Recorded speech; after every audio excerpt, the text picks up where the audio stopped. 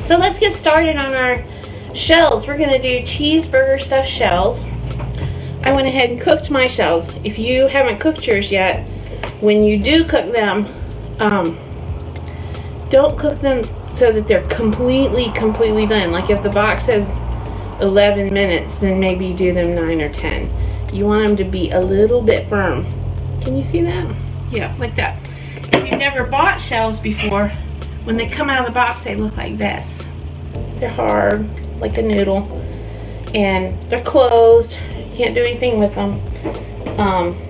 You probably say, I don't want to eat that. This is a box from Walmart. I got the very last box. Great value jumbo shells, and they're all just like that. See? Okay, so that's what we're cooking. Cook those 1 or 2 minutes less than what the box says. I'm not going to read my box. You can read your box. But anyway, it leaves them pretty soft. Oh yes, water does collect inside of them, and you have to watch when you drain them because hot water will come out of there. But once they're cooked, you can open them up. See that? So you just want to be careful and not, they're going to rip. Some of them are going to rip. That's okay. It doesn't matter what we're doing. But be careful. That's right, with the puddled water. You know, that's a good question, Mary. Why don't they sell boxes of shells and lasagna noodles for one recipe? I don't know. Because nobody's told them that good idea yet. So anyway, that's what you do with your shells. If you're going to save them for a little bit, do like I did. Hey, Nancy! And put some oil on them, and that'll keep them from sticking together. You can do that with any noodle that you cook and you need to save for a little bit. Just put a little bit of, well, it doesn't even matter, vegetable oil, olive oil, whichever, and toss it up good so that the noodles get completely coated. If you see me swatting today, I have fruit flies in my kitchen. I don't know where they're coming from. I have to go on a big hunt to figure it out. You'd think in this tiny kitchen I would know immediately where they were coming from. But I don't know. I don't have any bananas, so I don't know where they're from. There's probably a loose potato in the bottom of my potato basket. A stinky one. Anyway, so oil your noodles if you need to save them for later. Alright, and then this requires about a 2-quart baking dish. Probably not a great, it's maybe half the size of a 9x13. If you're using a 9x13 and you want to fill the whole thing up, like say you're having guests for dinner or something, that's fine. Just cook your whole box of noodles instead of half a box of noodles, and then double the other ingredients. And you're gonna, I have sprayed this. It's got oil on the inside. You don't have to spray this recipe, but I spray every time I cook because I'm afraid of everything sticking. So, okay. Well, I am gonna, I'm gonna get the frying pan going. You want to put your frying pan on about medium, and you want to put a little oil in there, about 2 tablespoons, and it vegetable oil, olive oil, whatever kind of oil flips your trigger is fine. We just don't want the hamburger to stick. Hey Joanna, good to see you again this week. So, okay, I'm gonna turn the camera around. I need you to tell me if what you see, hey, no worries. We did a kitchen tour and we talked about shell noodles, so don't worry about being late. I'm gonna turn the camera where you can see the stove. If what you see is sideways, I need for you to tell me, because some weeks I do this with the phone like turned this way, and it says I have to turn it this way, and some weeks I start out with it this way and it says I have to turn it this way. I'd rather for it to be like this because then you get a bigger picture. So, okay, you let me know if it turns sideways. Let's see what we can do up here this week. Alright.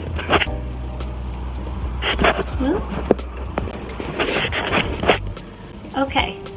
Is it sideways on your screen? Or is it up and down?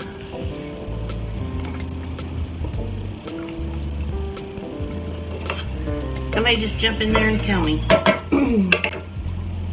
All right, the heat is coming up off of this bad boy.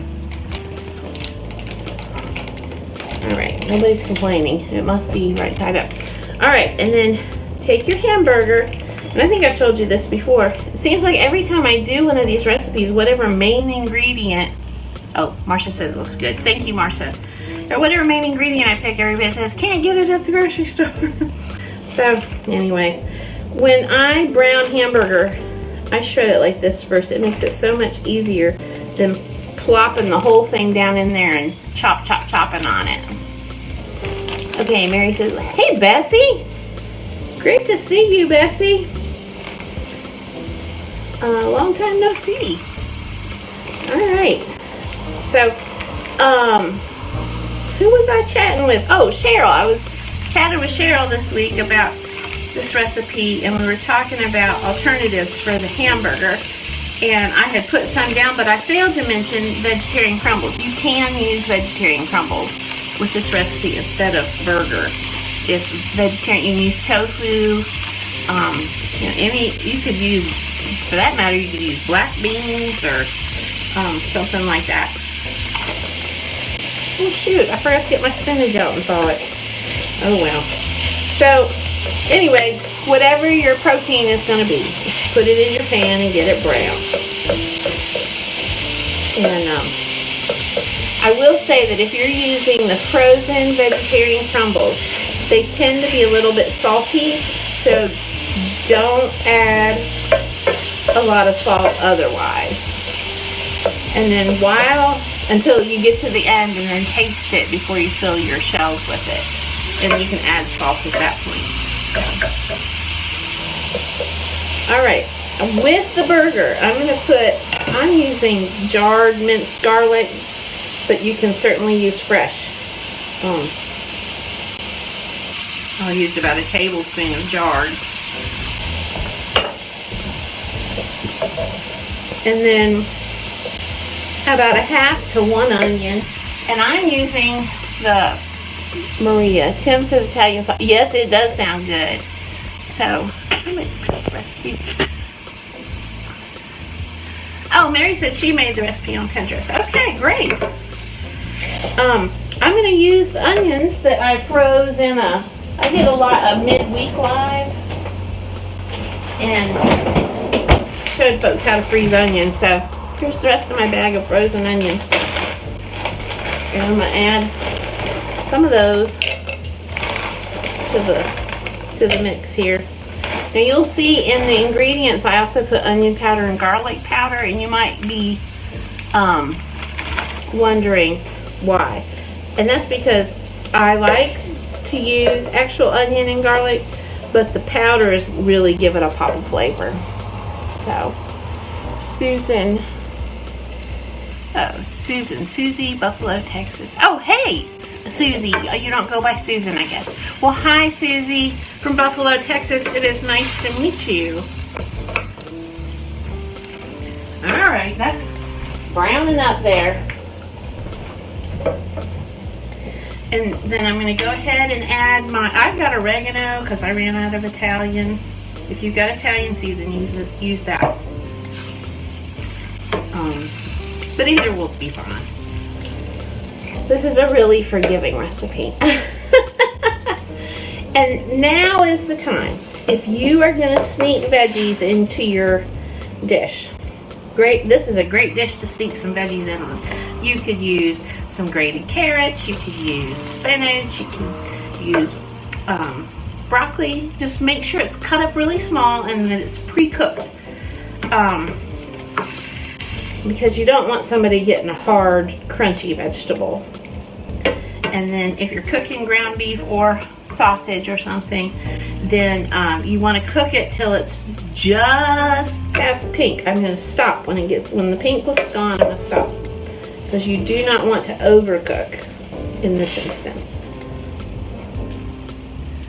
So, any questions? Y'all being pretty quiet today. Alright. Well, this is about done. We're about got all the pink out. Doesn't take long. Alright, cut the heat off. And then you just cut the heat off, and while your meat is still hot, go ahead and add your cream cheese. It's a block of softened cream cheese, and it's just cut up into little squares.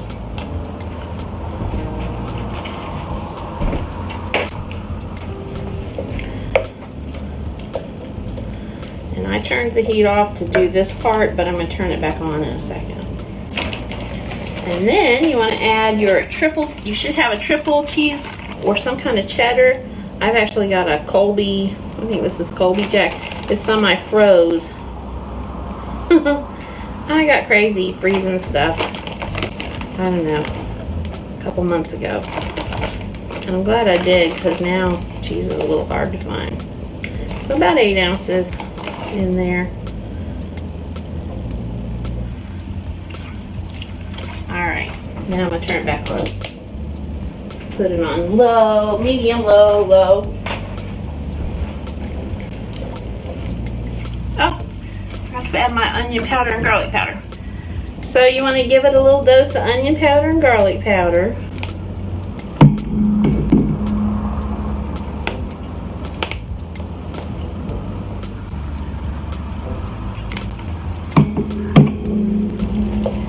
And we're just going to heat this up over low heat until all this melts.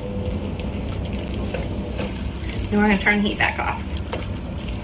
And then, folks, we're going to be almost done. That's how quick this recipe is. This is Wendy. Thanks so much for watching this video. I hope you'll join Sarah and I on our mother-daughter adventures in takeout.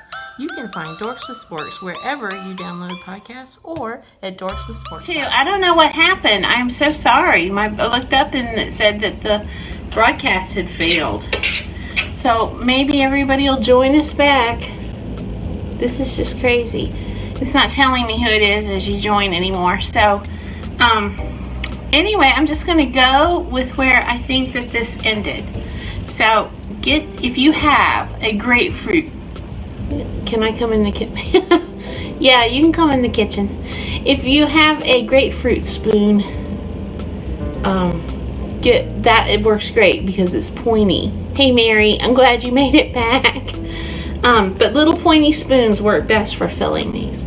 So wait for your noodles to cool, then get you a spoonful of the cheeseburger stuff and put it in there with your spoon. And then you just lay your shell. I usually put mine open side down, but it kind of doesn't really matter. And you just, here's what they look like if you do them open side up. My kids are eating this, so I don't think they'll care.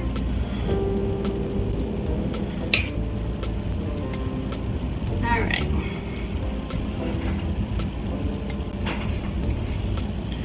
Alright, I think we're getting everybody back. Okay, I'm so glad. I lost the feed. I don't know what happened. I don't know if our internet went out for a second or what. Or maybe Facebook went down. Who knows? Anyway, you just take your little spoon and you stuff this stuff in there. You can see I hold it with one hand, with my left hand, and hold it open with 2 fingers, and then plop the meat mixture down in there.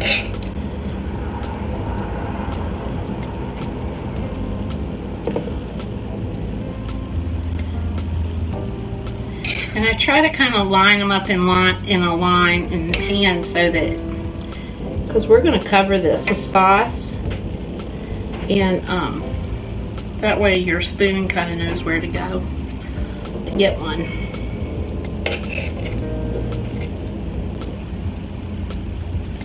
Naomi, yeah, did I say the pan? It's a 2-quart, mine is a 2-quart baking dish. So that's roughly the size of half of a 9x13 pan. If you're using a 9x13 pan, you'll want to double use the whole box of shells and then double the rest of the ingredients. And you just stuff these little shells and put them in there. And did I say spray the pan? Yes, I spray my pan. What you can also do is before you start stuffing these shells and putting them in here, is you can put a dollop of the ragu in there, the sauce, and that'll help keep it from sticking. So, hey Judy, it's good to see you. Thanks for joining.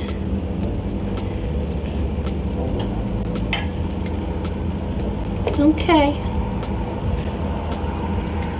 It is good, I think, Judy.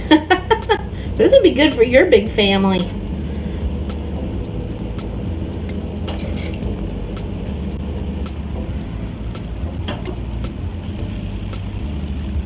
Okay, let me see. Richie's back. Joanna's back.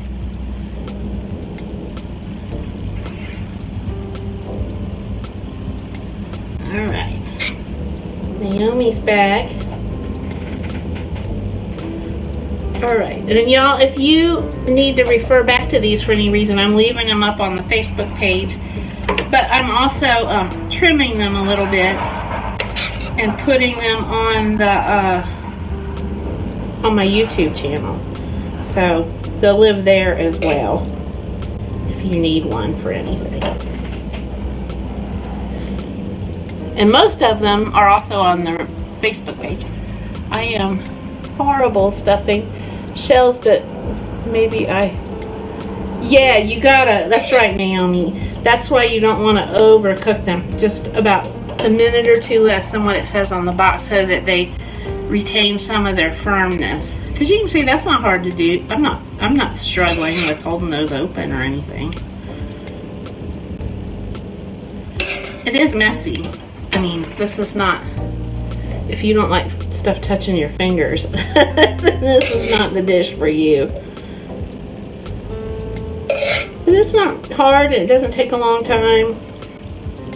This is the hardest part, is just putting the stuff in the shells.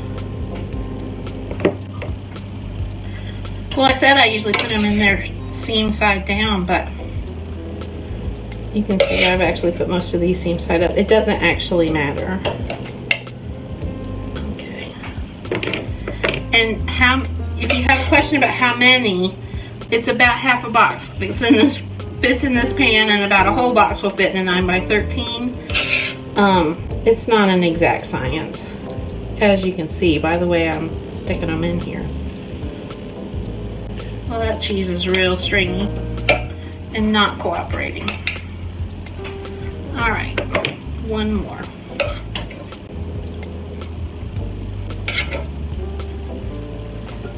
All right, we'll put that one right there. All right, and then once you have all your little shells stuffed, this extra, if you have any extra, I just sprinkle it in the pan. Again, no real method to my madness. Get my little scraping tool, because there is no point in throwing any of that away. Alright. Okay, see how easy that was? Alright, move this out of the way. Wipe my hands off. Okay, we're almost done, y'all. Move this out of the way. Alright, and then you just use 1 jar of sauce and you pour that over.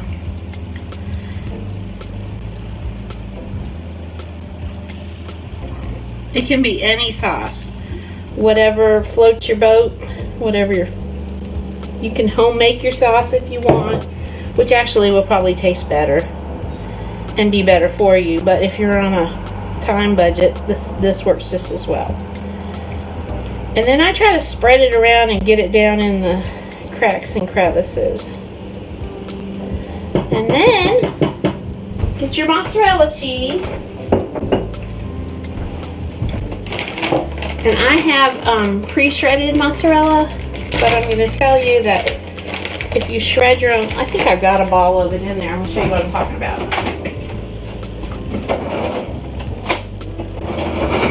Okay. If you have a ball of fresh mozzarella like this and shred it yourself, that melts so much more nicely, and I think it tastes better. So, and I see we've got some questions, but I can't read them till I turn it back around towards me. I will answer them all when I turn it back around. So then you just sprinkle 1 to 2 cups. It's really up to how much cheese you like. I like a lot of cheese, so I'm gonna put quite a bit of cheese on there, but if you only like a little on the top, that's fine too.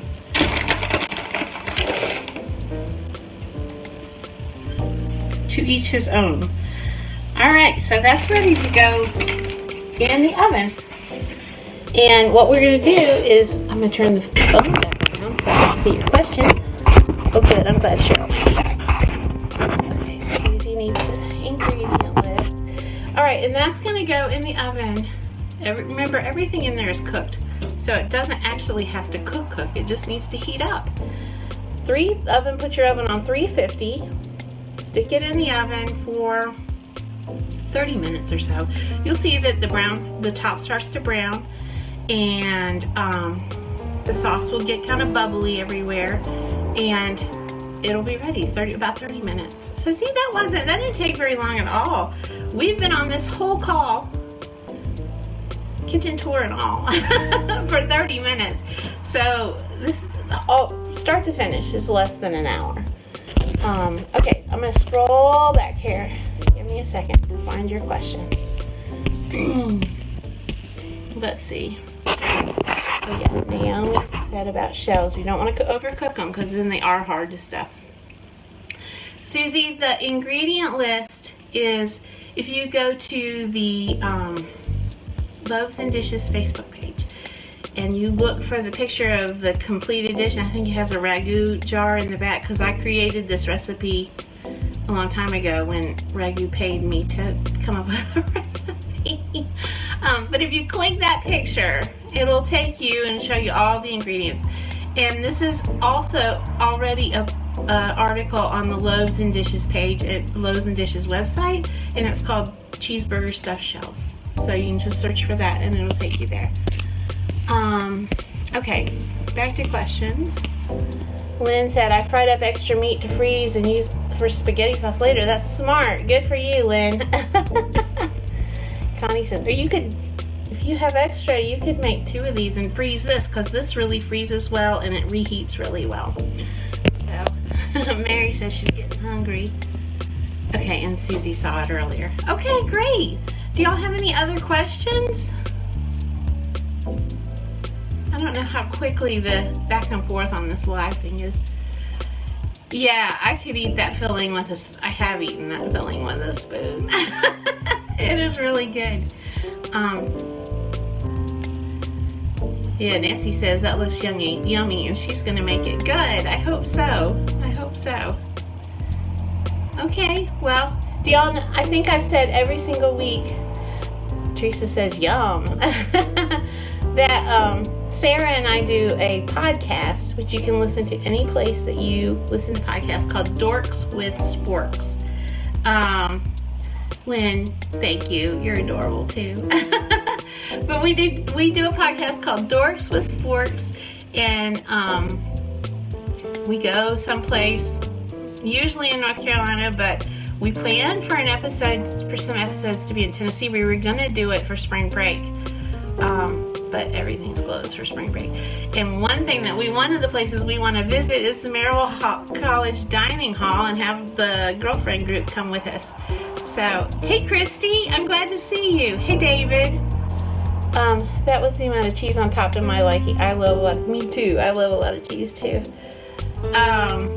So anyway, we travel all over, we get carry-out food, and then we kind of talk about it and the history of the place or the type of food and our memories about that food. And most of the time we end off in the weeds with a mother-daughter conversation, but you can ride along with us and listen, and we would love to have you.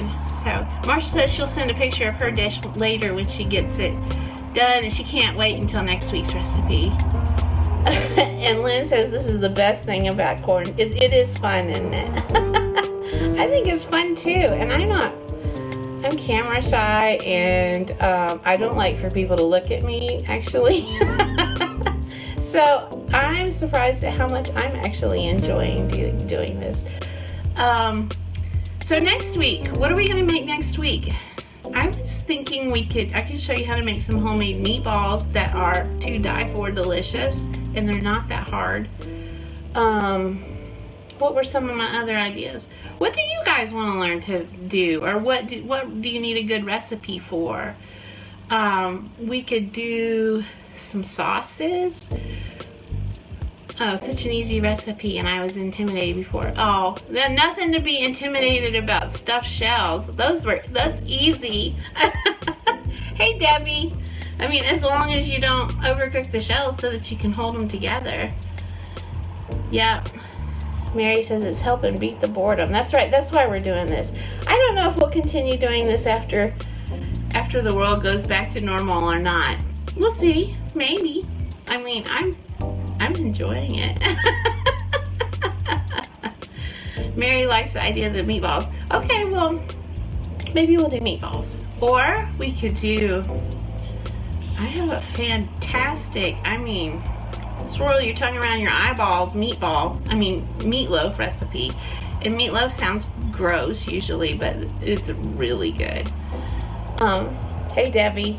Let's see. What are some other choices? I don't know. I have to put on my thinking cap. I hadn't thought it through yet. And usually I come in here with it already kind of thought through. But I'll put the list out on my Facebook page and you all can vote. How about that? Something lemon. Ooh, like we could do a lemon chicken. Mary said something lemony. Or we could do, I'd have to practice on my lemon chess pie, but lemon chess pie is good. Susie likes meatloaf and meatballs. Oh, David's doing a smoked barbecue meatloaf tomorrow. Ooh, that sounds good. David, are you smoking it on a smoker, or is it smoked because it tastes smoked?